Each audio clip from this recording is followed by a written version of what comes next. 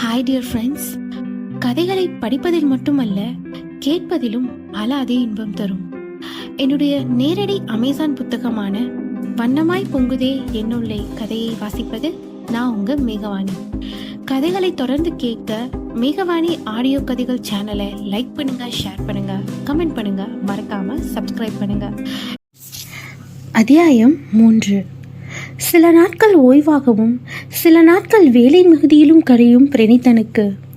அடுத்த கண்காட்சி மீண்டும் சென்னையில் நடைபெறுவதாக இருக்க, இப்பொழுது உள்ளுக்குள் அமிழ்ந்து போயிருந்த அதிதியின் நினைவு அவனை துரத்தியது. அவளது ஓவியத்தை பார்க்கும் ஆர்வம் மிகுந்தாலும் அவள்தான் வரைய மாட்டேன் என்று விட்டாளே என்று கடுகடுக்கவும் செய்தது மனது. இருந்தாலும் திலோத்தமாவின் பேச்சுக்கள் அத்தனையும் அப்படியே ஏற்றுக்கொள்ள ஏதோ தடுத்தது. அதில் ஒரு முடிவாக அதிதியை நேரில் சந்தித்து ஒரு முறை பேசிவிடும் எண்ணத்தில் திலோத்தமா கொடுத்த முகவரி நோக்கி காரை கிளப்பினான். நெருக்கமாக இருந்த வீடுகளின் இடையில் சிக்கியிருந்தது அதிதியின் வீடு. ஒரு வழியாக அதனை கண்டறிந்தவனின் ஒரு மனமோ, நம்ம இவ்வளோ தூரம் இறங்கி போயே ஆகணுமா என எகத்தாளமிட்டாலும், அட்லீஸ்ட் அவன் வரைஞ்சதை நேரில் பார்த்து மனமாற பாராட்டிட்டாது வரலாமே என்று மற்றொரு மனம் வாதிட்டது. கதவை தட்டிவிட்டு வெளியில் காத்திருக்க விசாலாட்சி தான் கதவை திறந்தார்.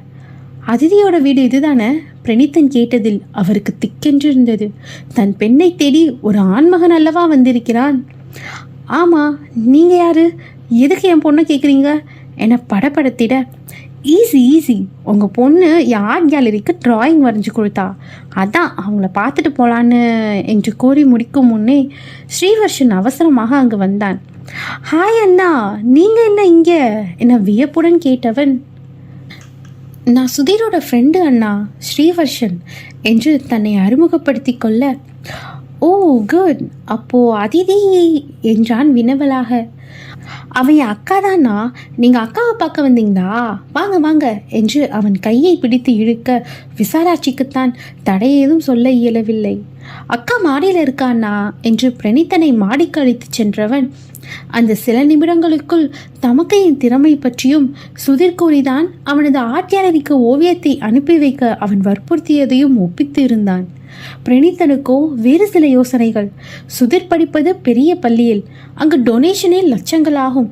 அதுபோக கட்டணமே அங்கு எக்கச்சக்கமாக வர, இவர்களை பார்த்தால் அத்தனை பணம் இருப்பது போன்று தெரியவில்லையே என நெருடியது. இருப்பினும் இது தனக்கு தேவையற்ற யோசனை என அதனை ஒதுக்கி வைத்துவிட்டு மாடிக்கு சென்றவன் அங்கிருந்த சிறு தோட்டத்தை ஆர்வமாக பார்த்தான். அழகாக பராமரிக்கப்பட்டிருந்தது. அதற்கு எதிர் திசையில் அதிதி முதுகு காண்பித்தபடி ஏதோ வரைய முயற்சி செய்து கொண்டிருக்க, அதியக்கா, உன்னை பார்க்க யார் வந்திருக்காங்க பாரு என்று அழைத்ததில் தம்பியின் குரல் கேட்ட திசையில் திரும்பினாள். யார் விஷு என்று கருவிழிகளை அங்குமிங்கும் அலைபாய விட்டவளிடம் அவன் விவரம் கூறிட, அவளுக்கோ பெரும் திகைப்பு. நம்மளை தேடி இவ்வளோ தூரம் வந்திருக்காங்களா? அதே திகைப்புடன், வணக்கம் சார், என்ன பார்க்கவா வந்தீங்க? திலோ கிட்ட சொல்லியிருந்தா நானே வந்திருப்பேனே சார், பாவம் உங்களுக்கே அலைச்சல் என்று அவனுக்காக பரிதாபப்பட்டவளை அவன்தான் அசையாமல் பார்த்தான். இன்னும் கூட அவளது விழிகளின் அலைப்புறுதல் நிற்கவில்லை.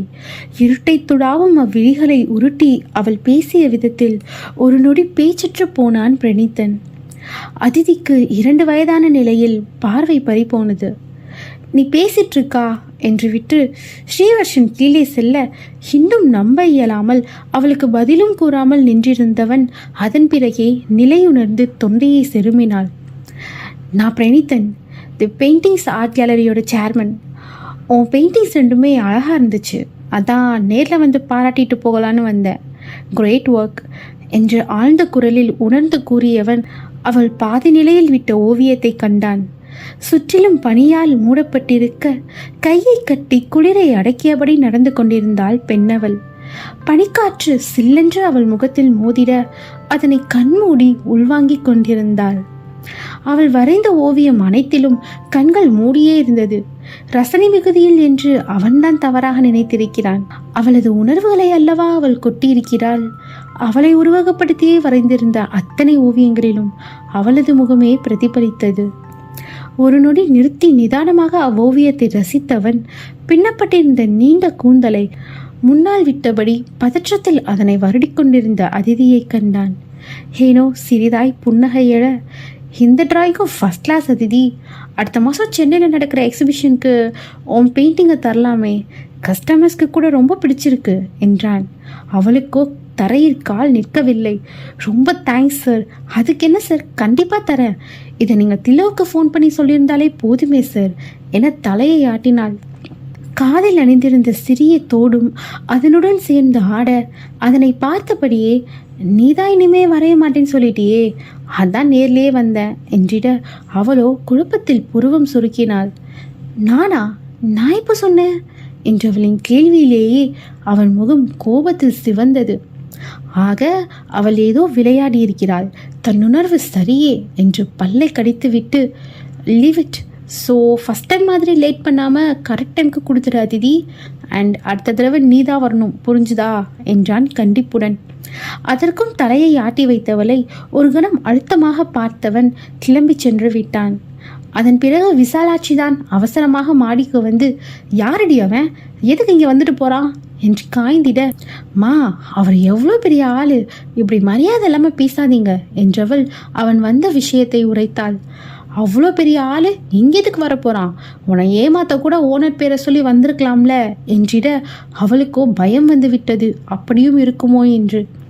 ஆனால் மாடிக்கு ஓடி வந்த ஸ்ரீவர்ஷன் தான், ஐயோ அம்மா, அந்த அண்ணன் உண்மையாகவே ஆர்ட் கேலரி ஓனர் தான், எனக்கு தான் அவரை நல்லா தெரியுமே, சுதிர் அவரோட ஃபோட்டோவை காட்டியிருக்கான், அக்காவை குழப்பாதீங்க என்றவன், அக்கா அந்த அண்ணா சொன்ன மாதிரி சீக்கிரம் பெயிண்டிங் ரெடி பண்ணிடு சரியா என்று பெரிய மனித தோரணையுடன் தமக்கைக்கு உத்தரவிட்டு சென்றான்.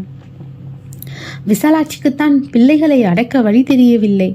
2 நாட்கள் சென்ற நிலையில் மும்முரமாக வரைந்து கொண்டிருந்த அதிதியை காண வந்த திலோத்தமா, என்ன அதி ரொம்ப பரபரப்பா இருக்க என்று கேட்டதும், நீ ஏன் நான் வரைய மாட்டேன்னு பிரணீதன் சார் கிட்ட சொன்னதிலோ என கேட்டால் புரியாமல்.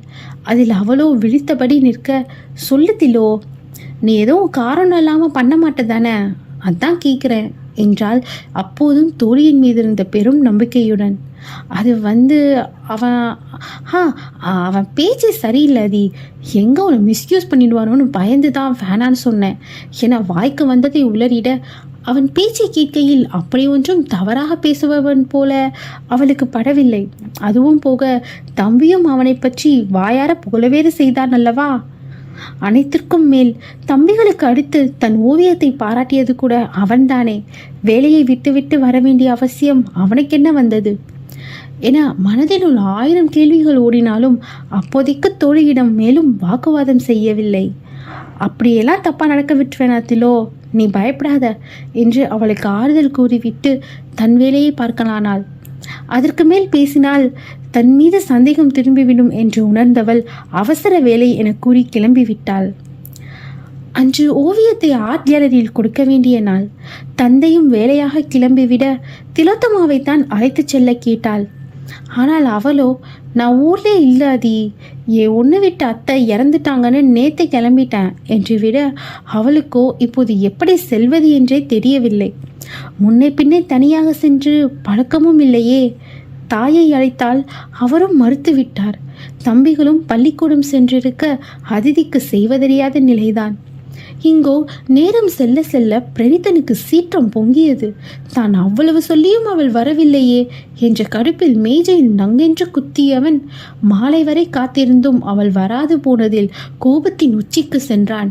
எவ்வளோ கொழுப்பு இருந்தா நான் கூட்டம் வராமல் இருப்பா என அவனறியாமல் அவனுள் ஒரு உரிமை போராட்டம் நிகழ்ந்து கொண்டிருக்க கடுகடுத்த முகத்துடனே அலுவலகத்தை விட்டு வெளியில் வந்தவனின் கண்களுக்கு விருந்தானாள் அதிதி.